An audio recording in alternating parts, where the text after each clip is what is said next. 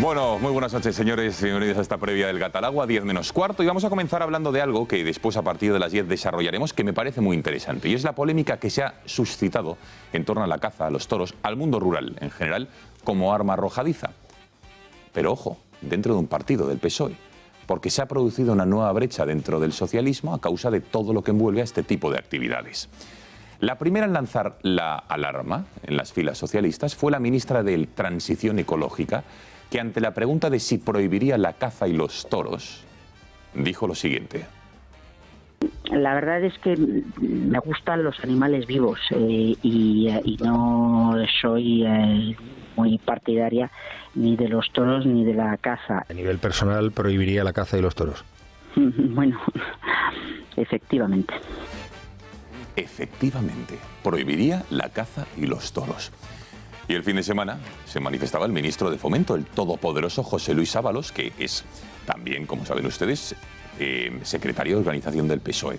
Iba más allá, asegurando que este tipo de tradiciones, la caza, los toros, eran tradiciones casposas que no se podían imponer a nadie. Por eso tenemos una visión de España que no tiene por qué coincidir con esa casposa. Esa visión donde en España todos tenemos que ser toreros y cazadores.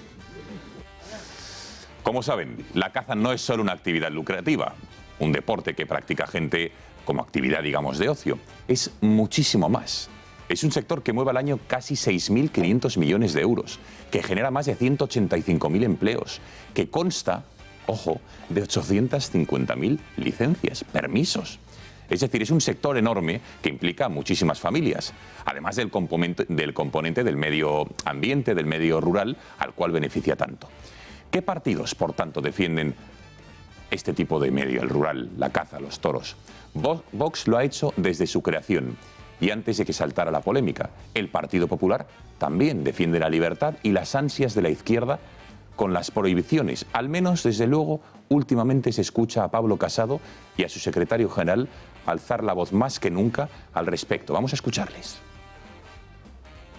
La caza no solo es necesaria como actividad económica, sino para controlar determinadas poblaciones de animales y como un ejercicio de libertad. Deberíamos estar agradecidos a las personas que están conservando nuestro mundo rural y no andar cuestionándolas, atacándolas o tratando de insultarlas como está ocurriendo en estos momentos. Y estamos hoy aquí precisamente para apoyar una actividad tan importante para España como la de la caza y tan necesaria. Yo lo que les pido es libertad, que dejen de prohibir los toros, que dejen de demonizar a los cazadores o a los pescadores, que dejen de hablar de asesinatos de toros o asesinatos de truchas o asesinatos de corzos, por favor. O sea, vamos a ponernos serios. Bueno, y teniendo en cuenta que el 87% del territorio de España, el territorio nacional es cinegético, está claro que este debate va a dar muchísimo de qué hablar, viendo que, por cierto, en Andalucía algunos partidos basaron gran parte de su éxito, en parte, en el voto de estos sectores a los que no conviene desdeñar. A partir de las 10 estará con nosotros el presidente de la Real Federación Española de Caza para hablar de toda esta polémica, a quién beneficia, a quién no, y para saber qué hay detrás de ello y si la caza es un asunto ideológico, más propio de la derecha que de la izquierda, más propio de ricos que de pobres, o no, o son mitos que hay que derribar. Hablaremos de todo ello. Si les parece, les presento a la mesa que esta noche nos acompaña. Están con nosotros el portavoz del Partido Socialista en el Ayuntamiento de Las Rozas, Miguel Ángel Ferrero. Miguel Ángel, buenas noches. Buenas noches. Gracias por estar con nosotros. Gracias a vosotros. Isabel Díaz Ayuso, muy buenas noches. ¿Qué tal? Muy buenas noches. Gracias por estar en El Gato. Iván Espinosa de los Monteros, hoy sin pin, buenas noches. Que no me he traído el pin del Real Madrid, se me ha olvidado. Pues no se preocupen que para la semana que viene prometo venir con el pin del Real Madrid. Bueno, muy bien, tú ven con lo que quieras. Insignia de oro brillantes. Bueno, gracias. Miguel Durán, muy buenas.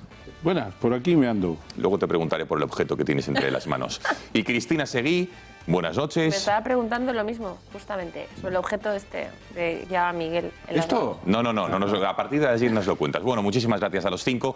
Vamos a comenzar esta ronda rápida de titulares. La noticia que más ha llamado la atención a nuestros analistas y cómo la interpretan, cómo la han enfocado. Miguel Ángel, empezamos por ti, si te parece. Sí, bueno, la noticia va de la igualdad, ¿no?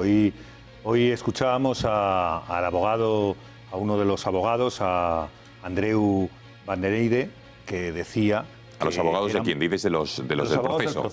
La defensa, ¿no? Sí. La defensa, ¿no? Que como sabéis, pues hoy ha habido la vistilla previa, la que resuelve los problemas formales, en este caso de competencia, de la sala, ¿no? Y lejos, no solamente se ha hablado de competencias, sino que también se ha entrado en el fondo, y decía este abogado que eran políticos haciendo política. Claro, políticos haciendo política, que no era otra cosa. El problema de todo esto es que cuando alguien tiene un sentido mesiánico sobre lo que está haciendo, cuando cree que lo que está haciendo es tan verdad que no cabe nada en contrario, pues suceden estas cosas que dice, son políticos haciendo política. Es decir, como que la política no pueda ser delictiva, o como estudiantes estudiando no pueden estudiar algo delictivo, o como que empresarios haciendo empresa no pueden ser una empresa delictiva, ¿no? Pues claro que puede ser delictiva, y en este caso quebrantaba el orden constitucional, y este era el mensaje a este abogado, que olvida que no solamente el artículo 9 y el artículo 14 de la Constitución española nos hablan de la igualdad, también en el 509 a.C., Clístenes nos habló de lo que significaba la igualdad de todos ante la ley. Y ya cuando en ese momento nos hablaba de que todos somos iguales ante la ley, es decir, hace 2500 años, estaba entreviendo que nadie estaba por encima de los poderes del Estado. Quizás esto lo que hoy a mí más me ha llamado la atención, al oír a un abogado que no está defendiendo la ley, que no está defendiendo el orden constitucional. Muchísimas gracias, Miguel Ángel. Isabel, tu turno. Para mí, yo creo lo más destacable es que, a pesar de que España es uno de los países más seguros del mundo para vivir, y que así lo demuestran todas las cifras, también en el número de homicidios, por ejemplo, si nos comparamos con la Unión Europea y, por supuesto, otros países, no digamos en América, en todo el continente, sí que es cierto que tenemos que plantearnos qué sucede para que un criminal reincidente tan peligroso esté viviendo en la puerta de enfrente de la mía. Se refiere, Isabel, evidentemente, por si alguno de ustedes les pilla despistados, es una de las noticias que nos ha dejado consternados. Ayer conocíamos el fallecimiento, finalmente, de esta chica que moría en Huelva, una zamorana que se había ido a vivir a esta localidad, y hoy se ha detenido a un sospechoso, una persona que pasó 17 años en la cárcel, con lo cual, Isabel, entiendo que se tienen que revisar o las penas o las condenas o la reinserción de este tipo de personas que, claro, a la sociedad. Sobre todo, yo creo que lo que tenemos que revisar es, dentro de la prisión permanente revisable, los casos, porque ahora está estipulado para unos casos muy concretos, muy estrictos, y de hecho por eso se ha aplicado en muy pocas ocasiones, pero quizás tiene que ver si se tiene que aplicar en otros casos que no hace falta que sean reincidentes, como ese de la violación desde el principio. Y es decir, el momento en el que se vea que efectivamente este sujeto, el que sea, hombre o mujer, está reinsertado, pues evidentemente pues ya pasaría a pisar la calle, pero mientras esto no sea así, pues yo creo que la prisión permanente revisable, que yo sí soy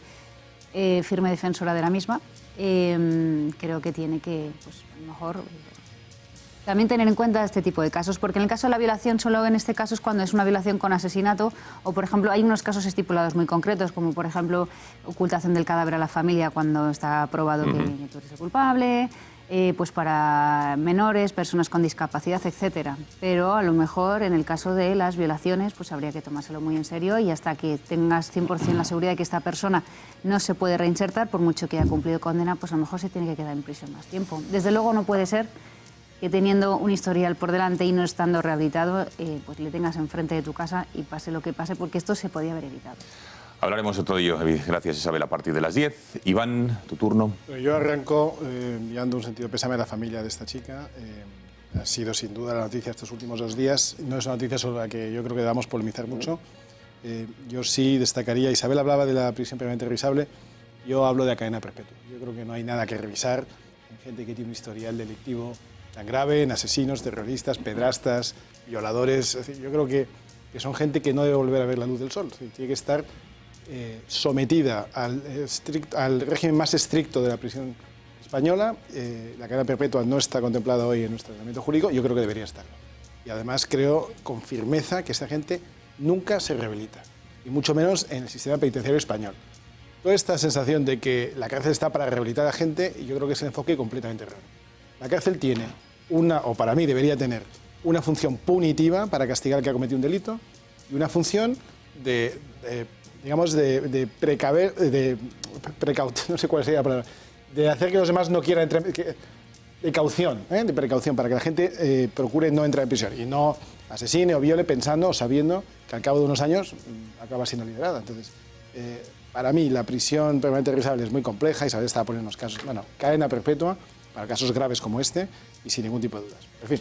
Lo que pasa es que el ordenamiento jurídico, las leyes, el Código Penal, la Constitución, todo está ahora mismo enfocado a la redención y reeducación. Todo eso es derecho positivo y está en manos de los políticos. Habría que hacer unas modificaciones que no son posibles. Pues venga, tu titular, que tiene que ser un titular breve, Iván, porque... Ciudadanos anuncia que prefiere negociar con el PSOE antes que con Vox. Yo creo que es un titular clarísimo, representativo de lo que está pasando en Andalucía. Creo que hay muchos españoles y andaluces en este caso que han votado a Ciudadanos y que deben estar mirando con sorpresa lo que está pasando en Andalucía.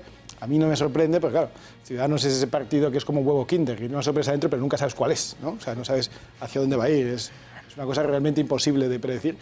Y yo creo que se está retratando. Yo creo que esto tendrá sus consecuencias en el resto de España. Y bueno, pues nada, que cada palo aguante su vuelo. Bueno, luego veremos aquí el compadreo y cómo estaban de alguna manera conchavados Santiago Abascal y Albert Rivera hace unos años, no muy lejanos, aquí en el Gatalagua, cuando Ciudadanos dio el salto, digamos, a la política nacional, cuando se fundó Vox, bueno, que coincidían, me atrevería a decir yo, en el 80%, digamos, de la ideología mutua. Y fue en loas entre unos y otros. Y hoy Ciudadanos reniega de este partido. Analizaremos el porqué. Gracias, Iván. Miguel, tu tiempo, noticia y titular. Pues yo había titulado, coincidiendo con Isabel, la prisión permanente revisable es plenamente legítima en democracia. Abundando en eso, en lo que ya han dicho Isabel y luego Santiago en su adhesión al tema, a mí me parece que las prisiones españolas son en realidad archivadores de personas en situaciones más o menos confortables, pero la función esa de reinserción, de reeducación, de resocialización, eso está muy bien en el 25.2 de la Constitución, pero no sirve para que realmente eso exista en la realidad carcelaria, en la realidad penitenciaria española. Con unos funcionarios muy mal pagados, que no tienen por otra parte motivación específica para eso, y con unos casos que desde el punto de vista estrictamente médico, científico, se han demostrado como imposibles de recuperar, ¿cuál es el consuelo que le podemos brindar a las familias que padecen este tipo de consecuencias y sobre todo, cuál es la tranquilidad que se le puede brindar a la sociedad respecto de la confianza que podemos tener en que este tipo de personas no vuelvan a salir para cometer el mismo tipo de conducta? ¿Tienes la respuesta a todas estas preguntas o no? No, yo las hago de forma retórica. No, ya, pero más allá de esta retórica, ¿la respuesta la tienes? La respuesta yo sí la tengo. Bien. No, lo digo porque como lo vamos a hablar esta noche en el Gato largo y tendido, me parecen unas preguntas interesantísimas que de hecho en parte algunas así va a formular, con lo cual si quieres, Miguel, te cambio el sitio y te pones aquí a moderar tú, lo digo porque es Roma, pero que creo que si tienes la respuesta me parecería que son respuestas muy necesarias pues para enriquecer el debate, te lo digo de verdad, incluso para la clase política, porque ya veremos que encima ahora el debate es sobre el machismo, no machismo, cuando aquí está claro que hay que evitar la reincidencia y hay que evitar que se cometan estos crímenes. Como me vuelvas a hacer un reto de esa clase, te daré con esto. Sí, bueno. Gracias, Miguel. Cristina, tu turno. Bueno, yo creo que era algo así como la izquierda victimiza al asesino de Laura Luelmo. Básicamente porque a mí siempre me ha dejado atónita, no solamente en casos como este, sino como en el caso de Diana Kerr, más recientemente, cómo la progresividad mediática y legislativa, para ellos todo es, el problema siempre es el machismo.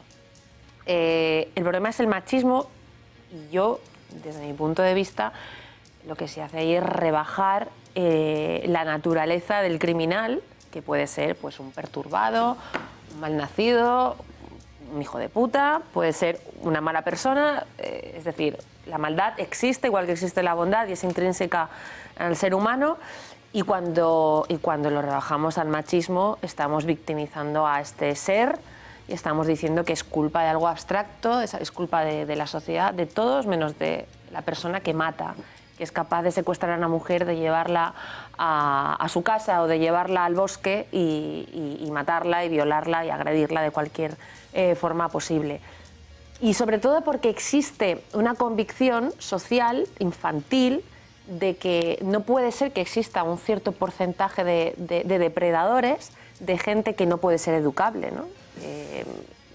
Yo, todos los del Laura, sí te creo, hermana, sí te creo y tal, pues creo que desde luego no están ayudando en nada a ninguna de las mujeres que pueden ser potencialmente agredidas. Muchísimas gracias, Cristina, y a los 5 por estos titulares. 5 analistas, 5 tertulianos, un gato muy interesante por delante, así que si les parece, comenzamos.